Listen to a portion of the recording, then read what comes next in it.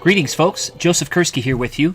We are going to read sections of Charles Palliser's novel, The Quincunx. And it's a great novel about a 19th century English adventure. And it's written very much, as you can see the thickness here, in the Charles Dickens Victorian style. But there's all kinds of good geographic themes in here.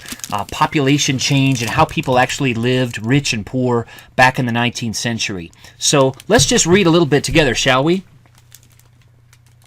Though it was late afternoon and the dusk was gathering, carts and wagons were rumbling busily past us, and the pavements, cracked and broken in many places, were crowded with ragged foot passengers.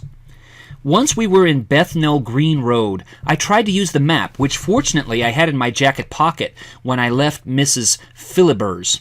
But it bore little resemblance to this district, for whole streets of houses stood where, according to the design, there should have been gardens.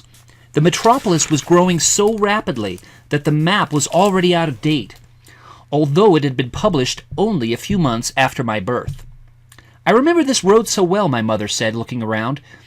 "We used to come here on Sundays in the summer when I was about your age. It was so peaceful. You'll see, the countryside begins just here. We would hire a coach, and Uncle Marty's servant would come on ahead and lay out the food to the summer house so that it would be waiting for us." After a few minutes, however, I could see that she was puzzled by the absence of countryside or gardens, and when she saw a church on our right, she said, "I'm sure I remember this, and yet it seems so different."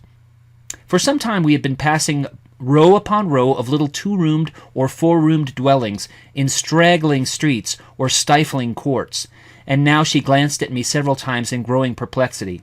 "Are we lost?" I asked. "I don't understand. We should be there by now. I don't remember any of this." "I believe this might be the place, Mama. Look, that court is called Mulberry Gardens. These houses look new, although they're so broken down." She spoke in a faint and distant voice.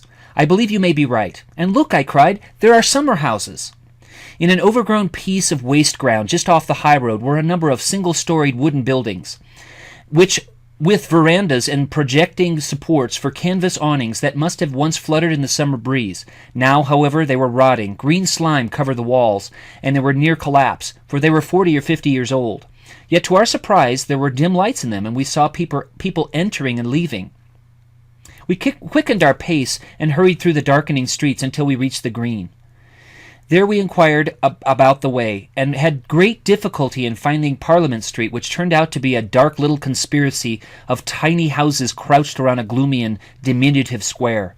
Like most of those that had been thrown up in the last few years, it had a built-up parapet with a roof rising above it like a high hat, and the windows that were too large for the front and looked like bulging eyes. We had no difficulty finding the house we sought, for a cart stood outside number 8, bearing on its right side the painted legend, "Jeremy Isbister, General Carrier."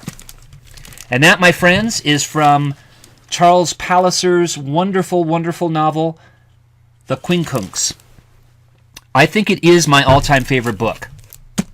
There is so much history, geography, adventure.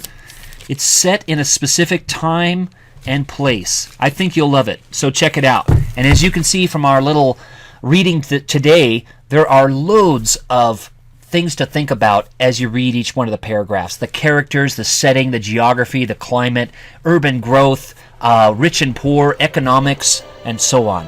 Check it out. Thanks.